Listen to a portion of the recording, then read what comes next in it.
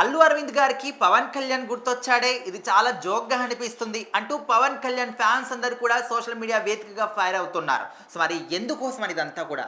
So ఖచ్చితంగా రీసెంట్‌గా 'Mahavatar' Narasimha cinema ఎంత బాగా చేస్తుంది. తెలుగు ఆడియన్స్‌కి అంత బాగా రీచ్ అయింది. గీతా ఆర్ట్స్ నుంచి వచ్చిన సినిమా కాబట్టి అందరూ కూడా వెళ్లి చూస్తున్నారు. మౌత్ టాక్‌తో చాలా బాగా ఆడుతుందన్నమాట ఈ సినిమా. అయితే ఈ సినిమా సక్సెస్ మీట్‌లో అల్లు అరవింద్ గారు మాట్లాడుతూ పవన్ కళ్యాణ్ గారికి బాగా తెలుసు మా ఫ్యామిలీలో సనాతన ధర్మం గురించి. సో ఆయన కూడా ఈ సినిమాని చూసి ప్రమోట్ చేస్తే బాగుంటుంది అన్నట్లుగా ఆయన మాట్లాడాడు.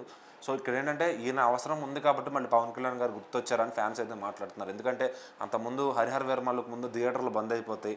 సో థియేటర్లో సినిమాలు కొన్నాళ్ళు ఆపేస్తాము అదే ఇదని చెప్పి నిర్మాతలు అందరూ కొంతమంది కూర్చున్నారు డిస్ట్రిబ్యూటర్లు వీళ్ళంతా.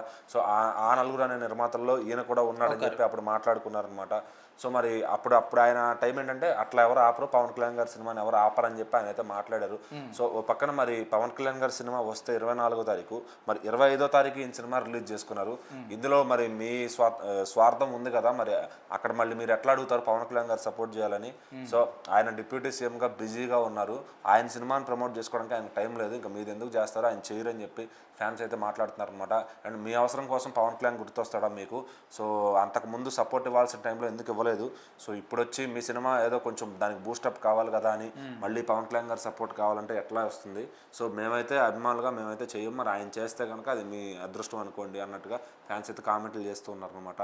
సో మరి 'మహావతార్' సినిమా మరి హరిహర వీరమల్లకి పోటీగా ఎందుకు వదిలేరో కానీ, సో అది కొంచెం బాక్స్ ఆఫీస్ వద్ద డీలా పడ్డా కానీ 'మహావతార్' సినిమా అనుకున్న అంటే వాళ్ళకి రావాల్సిన బడ్జెట్ కన్నా మంచి కలెక్షన్స్ అయితే వస్తున్నాయి అనమాట. సో ఇప్పటికే దేశవ్యాప్తంగా 105 కోట్లు ఈ సినిమా కలెక్ట్ చేసినట్టుగా వాళ్ళు పోస్టర్ అయితే వదిలారు. సో మరి వాళ్ళ పెట్టుబడికి కానీ వాళ్ళకి అనుకున్న బిజినెస్కి కానీ చాలా ఎక్కువ అమౌంట్ వచ్చినట్టే. సో ఒక చిన్న గ్రాఫిక్స్ సినిమా మొత్తం తెలుగు వాళ్ళందరినీ కానీ అటు కన్నడ పరిశ్రమను కానీ హిందీ వాళ్ళని కానీ అందరినీ కూడా అట్రాక్ట్ చేస్తుంది.